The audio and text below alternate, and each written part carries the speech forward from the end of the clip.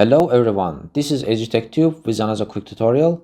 Today I'm going to show you how to change the default country code in Gmail. This is a pretty simple process, so I will jump right into it. Now head over to Gmail and press this gear icon and then press See All Settings. And there's a tab showing the default country codes in phone number. So change the country to whatever you prefer.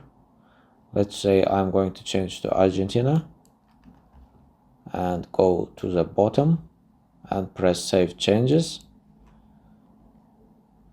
And this process will change the default country code of your Gmail.